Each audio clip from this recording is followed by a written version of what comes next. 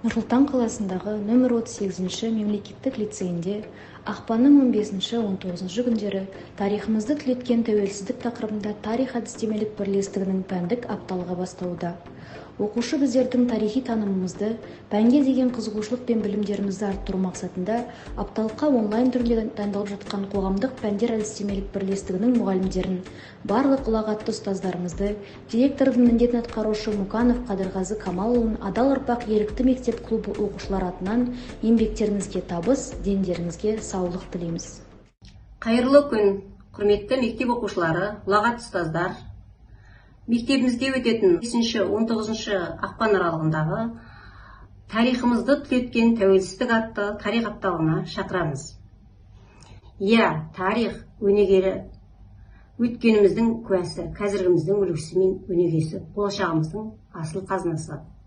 Осы орайда мектебімізде 2020-21 оқу жылының ақпанның 15 мен 19 күндерде өтетін тарих апталығының мақсатымен таныстырсам.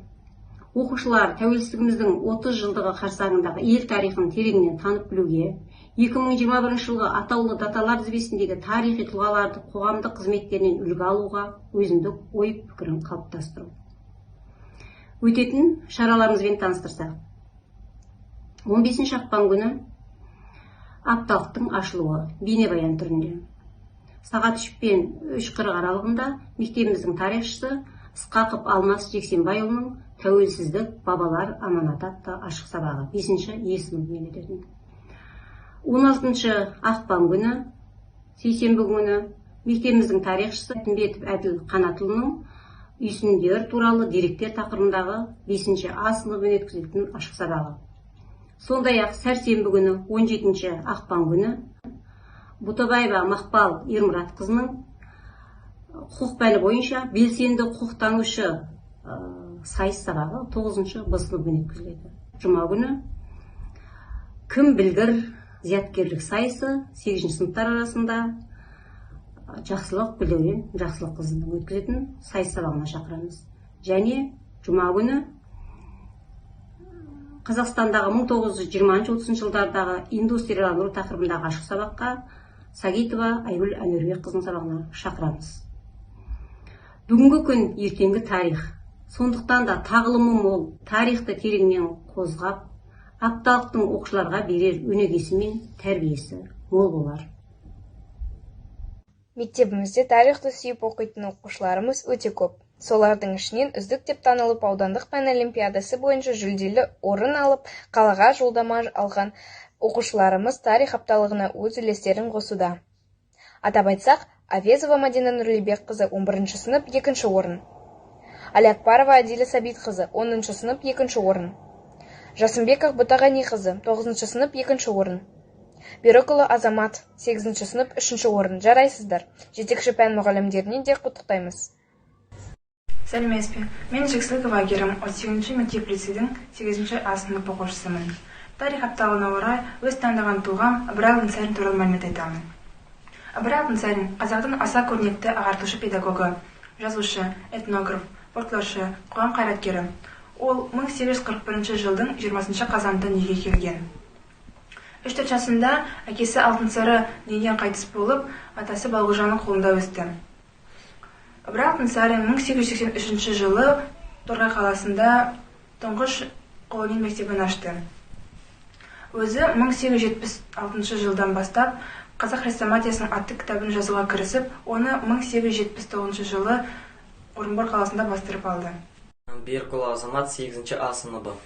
Тайманұлының 230 жылдағы. Исатай Тайманұлы 1791 жылы Атырау облысы Қызылқоға ауданы Тайсойған құмында Тайман жалы деген жерде дүниеге келген. Тайманұлы 1836-38 жылдары Батыс Қазақстанда болған халық көтерілісінің саяси көсемі, қайсар қолбашы ретінде таныс.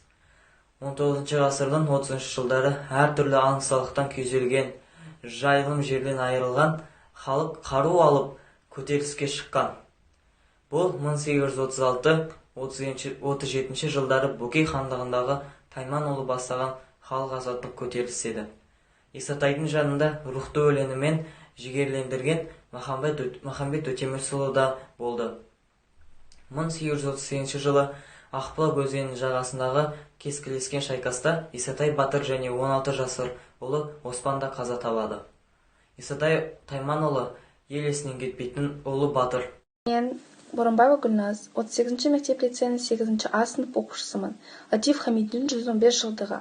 Композитор Латиф Хамиди 1906 жылы 17 шілде күні дүниеге келген.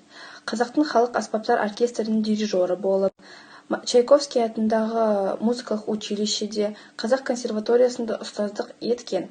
Композитордың Ұлы Отан соғысы кездерінде аттандар майданға, 8-ші гвардия дивизиясының әні, Батыр қыз, Нұркен деген әндері болатын. Номер 38-ші мектеп лицейінің 8-ші А сынып оқушысы Уәлихан Рахаттың тарих апталығына тартуы. Қазақстанның халық жазушысы ақын Хамит Ерғали 1906 жылы Атырау облысы Махамбет ауданы Новоград жерінде дүниеге келген. Қазақ мемлекеттік университетінің филология факультетінде оқыған ақынның алғашқы өлеңдері Гурьевтің облыстық газетінде 1936 жылы жарияланды. 1945 жылдан бастап 1945 жылдар аралығында Ұлы Отан соғысына қатысқан. Хамит Ерғали 30-ға тарта жыр жинақтың авторы. Әкесі үлкен жолдың үстінде, біздің ауылдың қызы, сенің өзенің, Оралдағы отты күн, Құрманғазы Күйдастан поэмаларын жазған. Ахмет Құланұлы Жұбанов, Ақтөбе облысы Темір ауданында. 1906 жылы 29 сәуірде дүниеге келген. 1933 жылы Алматы музыкалық драма училищесіне ұстаздық қызметін бастаған.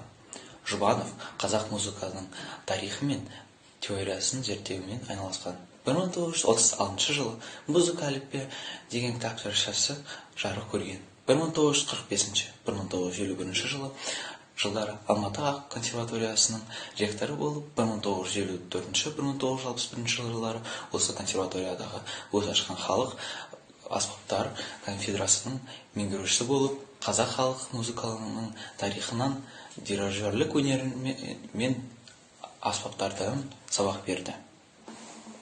Айқап журналының шыққанына 110 жыл. Қазақ баспасөзінің алғашқы қарлығашының бірі Айқап журналының алғашқы саны 1901 жылы 10 қаңтарда Троицкіде шыққан. Ұйымдастырушысы Мұхамеджан Сералин болды. Айқап журналының алғашқы санында Ахмет Байтұрсынұлының қазақтың ғылым мен білімді игермегенін мәселе етіп көтерген мақаласы жарияланды. Қаржының тапшылығынан журнал бірінші жылы айына бір рет шағын көлемде жарық көрді. 1902 жылдан бастап айына 2 реттен 12-24 бет көлемінде жарияланды. Журнал 1901 жылғы қыркүйектен 1905 жылғы қаңтарға дейін шықты. Барлығы 88 нөмірі тарап, таралымы 1000 данаға дейін жетті. Мен 7-ші сынып оқушысы Құмар Фатима. Тарих апталығына биыл 180 жылдық атауына өтіп жатқан Ыбырай Алтынсариннің өмір баянын, өмір жолын зерттеуге кірістім.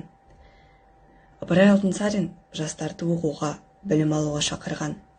Осы қазақ елі білімді болу үшін мектеп ашқан. Жастардың салауатты, білімді болуына бар еңбегін жұмсаған Ыбырай Алтынсарин. Мен болашағыма үлгі тұтас тұлға Ыбырай Алтынсарин.